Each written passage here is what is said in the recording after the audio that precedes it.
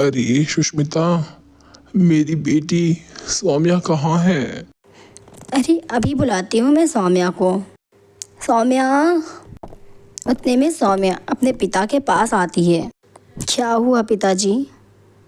बेटी, अब मैं ज़्यादा दिन तक जिंदा नहीं रहूँगा, इसीलिए मैं चाहता हूँ तेरी शादी किसी अच्छे घर में करके मैं आराम से मर सकूं, वरना मेरी आत्मा को शांति कभी नहीं पहुँचेगी।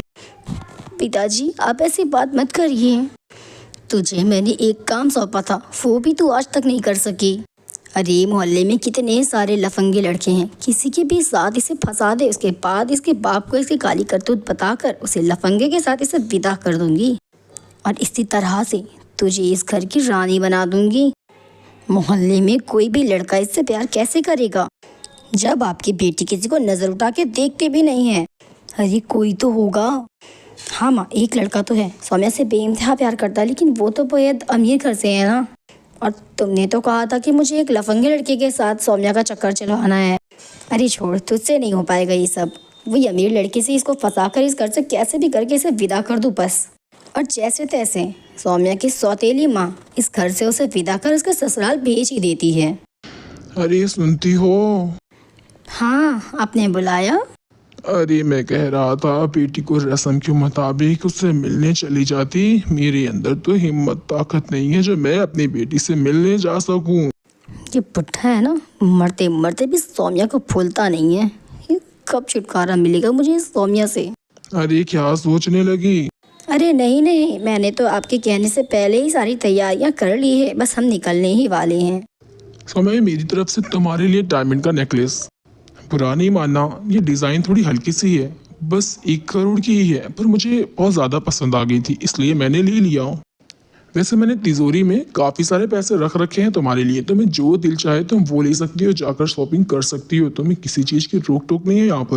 हाँ बहू, बेटा मेरा बिल्कुल ठीक कह रहा है। तुम्हें किसी भी तरह की हिचकिचाने की अपने ससुराल में कोई ज़रूरत नहीं है। और ये कुछ जेवर हैं जो मेरी तरफ से मेरी बहू के लिए, जो मैंने इतने सालों से संभाल रखा था। ये हमारे खानदानी जेवर हैं, बहू इसका तुम खास ख्याल रखना। बाप रे बाप, इतना पैसा! इस अभागी की तो नसीब ही अच्छी है। ऐसा करती हूँ मैं दामाद को ही अपने प्यार के जाल में फंसा लेती हूँ। अरे माँ आप? हाँ हाँ, बस तुझसे मिलने आई थी। वाह माँ, आप मुझे कितना प्यार कहती हैं। बस लोग तो कहते हैं कि सौतेली माँ प्यार नहीं करती, लेकिन सौतेली माँ का प्यार तो मैंने बस आपसे ही पाया है।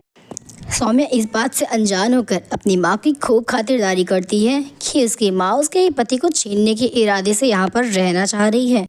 वैसे दामाद जी अगर बुरा ना माने तो मैं कुछ दिनों के लिए अपनी बेटी के साथ रह सकती हूँ।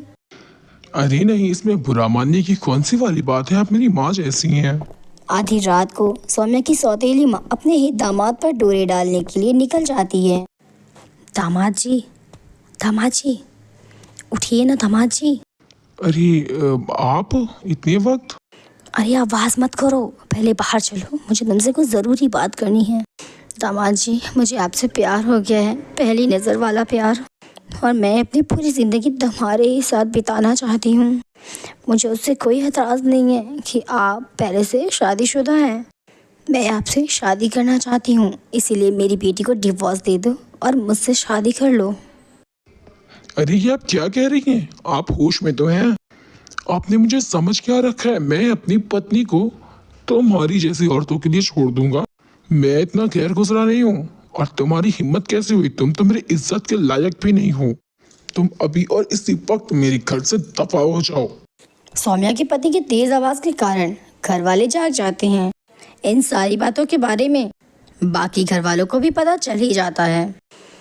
मैंने सुना था सौतेली माँ कभी अपनी नहीं हो सकती, और आज मैंने देख भी लिया कि सौतेली माँ सौतेली ही होती है। आप इसी वक्त मेरी नज़रों के सामने से दूर हो जाइए, और आज के बाद मेरा आपसे कोई रिश्ता नहीं है। इन सारी बातों के बारे में सौम्या के पिता को भी पता चल जाता है। सौम्या के पिता ने अपनी सारी जायदाद अपनी बेटी सौम्या के नाम कर दी और सौम्या के साथ सौम्या के ससुराल में ही रहने लग गए। और सौम्या की सौतेली माँ ज़्यादा लालच के कारण आज वो बेघर हो गई। उसके पास घर तो रहने के लिए था, लेकिन उसके लालच ने आज उसे बेघर कर दिया।